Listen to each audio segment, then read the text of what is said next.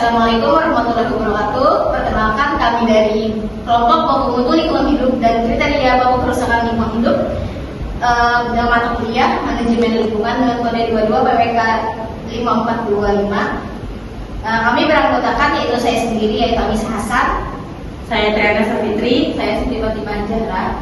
Nah, jadi baik langsung saja. Di sini ada yang pertama ada baku mutu air. Nah, menurut Undang-Undang Nomor 32 Tahun 2009 tentang Perlindungan dan Pengelolaan Lingkungan Hidup atau PPLH, baku mutu lingkungan meliputi yang pertama baku mutu air, kemudian baku mutu air limbah, baku mutu air laut, baku mutu udara ambien, baku mutu emisi, baku mutu gangguan, dan baku mutu lain sesuai dengan perkembangan ilmu pengetahuan dan teknologi. Nah, sedangkan menurut PP Nomor 82 Tahun 2001 tentang Pengelolaan Kualitas Air dan Pengendalian Pencemaran Air, baku mutu air adalah ukuran batas atau kadar makhluk hidup, zat, energi atau komponen yang ada atau harus ada, dan atau unsur pencemar yang ditenggang keberadaannya dalam air. Nah, berikut ini merupakan tabel ukuran batas atau kadar sebagaimana yang saya sebutkan tadi, yang terdiri dari nomor kriteria yang terdiri dari keadaan, cemaran logam, serta cemaran arsen sebagaimana yang terlampir di sini. Nah, ini sumbernya SNI nomor 1 3553 tahun 2006. Nah, selanjutnya ada baku mutu air limbah. Nah, baku mutu air limbah ini diatur dalam PP nomor 82 tahun 2001 tentang pengelolaan kualitas air dan pengendalian pencemaran air. Nah, baku mutu air limbah tersebut merupakan ukuran batas atau kadar unsur pencemar dan atau jumlah unsur pencemar yang terganggu keberadaannya dalam air limbah yang akan dibuang atau dilepas ke dalam sumber air dari suatu usaha dan atau kegiatan. Sementara itu yang dimaksud dengan air limbah itu sendiri adalah sisa dari suatu hasil usaha dan atau kegiatan yang berupa cair. Nah, kemudian pada tabel di samping ini merupakan baku mutu air limbah domestik tersendiri yang terdiri dari parameter satuan dan kadar maksimum. Nah, ini kayak baku mutu untuk rumah susun, penginapan, asrama, pelayanan kesehatan, lembaga pendidikan, perkantoran, perniagaan, dan lain-lainnya. Sumbernya Permen LHK nomor 68 tahun 2016. Selanjutnya ada baku mutu air laut. Baku mutu air laut diatur dalam Peraturan Pemerintah Nomor 19 Tahun 1999 tentang pengendalian pencemaran dan atau kerusakan laut dan Keputusan Menteri Negara Lingkungan Hidup Nomor 51 Tahun 2004 tentang baku mutu air laut. Pelabuhan adalah tempat yang terdiri dari daratan dan perairan di sekitarnya dengan batas-batas tertentu sebagai tempat kegiatan pemerintahan dan kegiatan ekonomi yang dipergunakan sebagai tempat kapal bersandar, berlabuh, naik turun penumpang, dan atau bongkar muat barang yang dilengkapi dengan fasilitas keselamatan pelayaran dan kegiatan penunjang pelabuhan, serta sebagai tempat perpindahan mitra dan antar moda transportasi. Selanjutnya ada wisata bahari, adalah kegiatan rekreasi atau wisata yang dilakukan di laut dan pantai. Dan terakhir ada biota laut, adalah berbagai jenis organisme hidup di perairan laut. Ini sumbernya dari Peraturan Pemerintah Nomor 19 Tahun 1999. Nah, kemudian selanjutnya di sini ada lampiran 3K baku mutu air laut. Yang lampiran pertama yaitu baku mutu air laut untuk perairan pelabuhan. Nah, di sini ada nomor parameternya terdiri dari fisika, kimia, logam larut, dan biologi. Kemudian yang di tengah ini merupakan baku mutu air laut untuk wisata bahari. Nah, nomor parameter ini tidak jauh berbeda dengan perairan pelabuhan, yaitu fisika, kimia, logam larut, biologi, dan radionuklida. Nah, kemudian yang terakhir yang di sini adalah lampiran 3 baku mutu air laut untuk biota laut. Nah, ini nomor parameternya terdiri dari fisika, kimia, logam terlarut, biologi, dan radionuklida.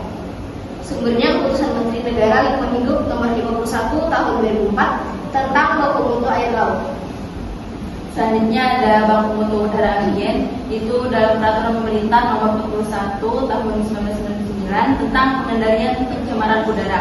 Baku mutu udara ambien adalah ukuran batas atau kadar zat, energi, dan atau komponen yang ada atau yang seharusnya ada dan unsur pencemar yang ditenggang keberadaannya dalam udara ambien. Udara ambien adalah udara bebas di permukaan bumi pada lapisan troposfer yang berada di dalam wilayah jurisdiksi Republik Indonesia yang dibutuhkan dan mempengaruhi kesehatan manusia, makhluk hidup, dan unsur lingkungan hidup lainnya. Undang-Undang Nomor 32 Tahun 2009 tentang Perlindungan dan Pengelolaan Lingkungan Hidup, Baku Mutu Udara Ambien diatur lebih lanjut dalam peraturan pemerintah. Nah, di sini ada gambar, yaitu tentang kami ambil dari Stasiun Pemantauan Kualitas Udara Ambien atau disingkat dengan SPKUA. Selanjutnya ada baku mutu emisi. Baku mutu emisi terbagi menjadi dua macam, yaitu baku mutu emisi sumber tidak bergerak adalah batas kadar maksimum dan atau beban emisi maksimum yang diperbolehkan masuk atau dimasukkan ke dalam udara ambien. Yang kedua, ambang batas emisi gas buang kendaraan bermotor adalah batas maksimum zat atau bahan pencemar yang boleh dikeluarkan langsung dari pipa gas buang kendaraan bermotor.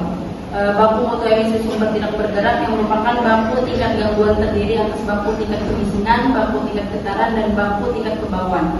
Sementara itu, untuk penanggulangan pencemaran udara dari sumber bergerak meliputi pengawasan terhadap penataan ambang batas emisi gas buang, pemeriksaan emisi gas buang untuk kendaraan bermotor tipe baru dan kendaraan bermotor lama, dan pemantauan mutu udara ambien di sekitar jalan, pemeriksaan emisi gas buang kendaraan bermotor di jalan, dan pengadaan bahan bakar ikan bebas timah hitam serta solar berkadar belerang rendah sesuai standar internasional.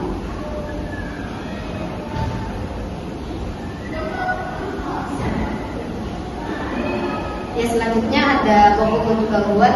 Nah, baku mutu gangguan ini adalah ukuran batas unsur pencemar yang tergantung keberadaannya, yang meliputi unsur kemisingan, getaran, dan kebauan. Gangguan terhadap pencemaran lingkungan ini ada tiga macam, yaitu yang pertama baku tingkat kemisingan, yaitu batas maksimal tingkat kemisingan yang diperbolehkan dibuang ke lingkungan dari usaha atau kegiatan sehingga tidak menimbulkan gangguan kesehatan manusia dan kenyamanan lingkungan. Nah, yang kedua ada baku tingkat getaran, yaitu baku tingkat getaran atau batas maksimal tingkat getaran mekanik yang diperbolehkan dari usaha atau kegiatan pada media padat sehingga tidak menimbulkan gangguan terhadap kenyamanan dan kesehatan serta keutuhan bangunan. Nah, yang ketiga ada baku tingkat kebauan atau batas maksimal bau dalam udara yang diperbolehkan yang tidak mengganggu kesehatan manusia dan kenyamanan lingkungan. Ini sumbernya Keputusan Menteri Lingkungan Hidup Nomor 48, 49, dan 50 tahun 1996. Nah, di sini ada baku tingkat kemisingannya. Yang pertama ada baku tingkat kemisingan untuk lingkungan kegiatan, kemudian di sebelahnya yang ini ada baku tingkat getaran untuk kenyamanan dan kesehatan, mekanik berdasarkan dampak kerusakan, berdasarkan jenis bangunan, serta baku tingkat getaran tujuh. Selanjutnya ada baku mutu gangguan, baku tingkat kebauan. Setiap penanggung jawab usaha atau kegiatan wajib mentaati baku tingkat kebauan yang telah dipersyaratkan. Kedua, mengendalikan sumber penyebab bau yang dapat mengganggu kesehatan manusia dan kenyamanan lingkungan. Ketiga, menyampaikan laporan hasil pemantauan tingkat kebauan sekurang-kurangnya 3 bulan sekali kepada gubernur, menteri, instansi yang bertanggung jawab di bidang pengendalian dampak lingkungan, dan instansi teknis yang membidangi kegiatan yang bersangkutan, serta instansi lain yang dipandang perlu. Terakhir, ada kewajiban sebagaimana dimaksud dalam ayat 1 dicantumkan dalam izin yang relevan untuk mengendalikan pencemaran dan atau kerusakan lingkungan bagi setiap usaha atau kegiatan bersangkutan. Nah, bagi usaha atau kegiatan yang telah beroperasi, maka baku tingkat kebauan lebih longgar dari ketentuan dalam keputusan ini, wajib disesuaikan dalam waktu sama-tamanya 2 tahun terhitung sejak ditetapkan keputusan ini.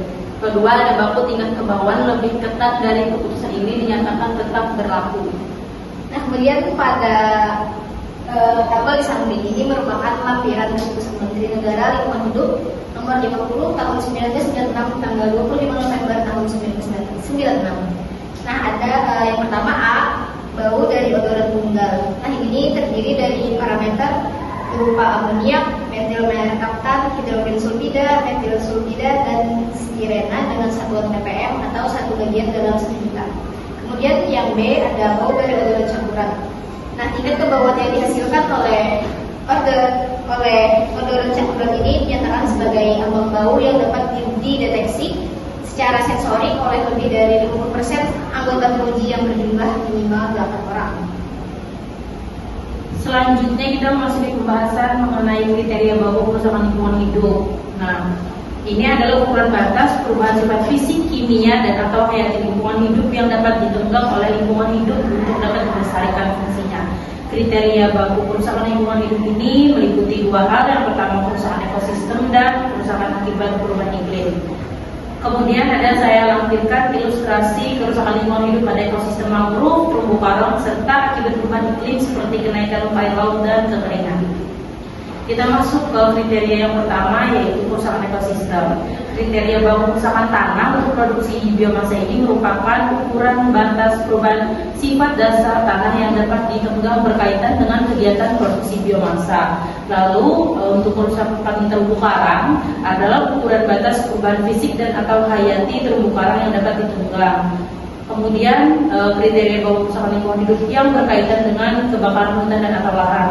Pengaruh perubahan pada lingkungan hidup yang berupa kerusakan dan atau pencemaran lingkungan hidup yang berkaitan dengan kebakaran hutan atau lahan yang diakibatkan oleh suatu usaha maupun kegiatan. Lalu ada kerusakan mangrove. Ini merupakan ukuran batas perubahan fisik atau hayati mangrove yang dapat ditunggang. Di bawah saya lampirkan foto. Yang pertama ada kriteria baku kerusakan mangrove, kebakaran hutan dan lahan, kerusakan tanah. Berikut di bawah saya lampirkan 4 ilustrasi foto. Yang pertama ada kerusakan mangrove, kebakaran dan lahan. Kemudian ada kerusakan tanah untuk produksi biomasa dan terumbu karang, kerusakan pada terumbu karang. Selanjutnya ada kerusakan padang lamun. Definisinya kurang lebih sama seperti sebelumnya, yaitu ukuran batas perubahan fisik dan atau hayati padang lamun yang dapat ditunggang. Lalu kerusakan gambut merupakan material organik yang terbentuk secara alami dari sisa-sisa tumbuhan yang terdekomposisi tidak sempurna dengan ketebalan 50 cm atau lebih dan terakumulasi pada rawa. Lalu ada kriteria baku kerusakan kars dan kerusakan ekosistem lainnya sesuai dengan perkembangan pengetahuan dan teknologi. Kemudian yang kedua ada kriteria baku kerusakan lingkungan hidup akibat perubahan iklim. Kriteria baku untuk mengukur kerusakan akibat perubahan iklim melibatkan berbagai indikator yang mencakup dampak langsung pada lingkungan, kesehatan manusia, ekonomi, serta infrastruktur.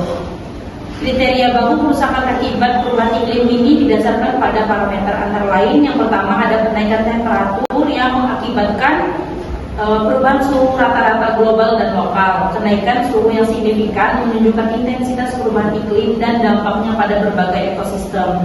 Lalu yang kedua, kenaikan muka air laut yang berdampak pada wilayah pesisir dan pulau-pulau kecil. Banjir dan intrusi air laut dapat menyebabkan kerusakan infrastruktur dan mempengaruhi sumber air tawar. Dapat dilihat pada ilustrasi yang telah saya lampirkan di gambar di atas. Selanjutnya ada kriteria baku kerusakan akibat perubahan iklim. Yang ketiga yaitu badai. Badai ini terbentuk dan menguap di atas perairan hangat. Saat suhu laut meningkat akibat perubahan iklim, air menguap lebih cepat dan meningkatkan kelembapan di atmosfer, memberikan lebih banyak energi untuk terjadinya badai. Lalu yang keempat ada kekeringan. Suhu bumi yang semakin tinggi tadi meningkatkan penguapan air dari tanah, sungai, dan danau. Kelembapan di tanah berkurang sehingga memperparah kekeringan di berbagai wilayah. Suhu yang lebih panas juga mempercepat pengeringan tanah yang mempengaruhi kemampuan tanah dalam menyimpan air. Ya baik, sekian presentasi dari kami. Wassalamualaikum warahmatullahi wabarakatuh.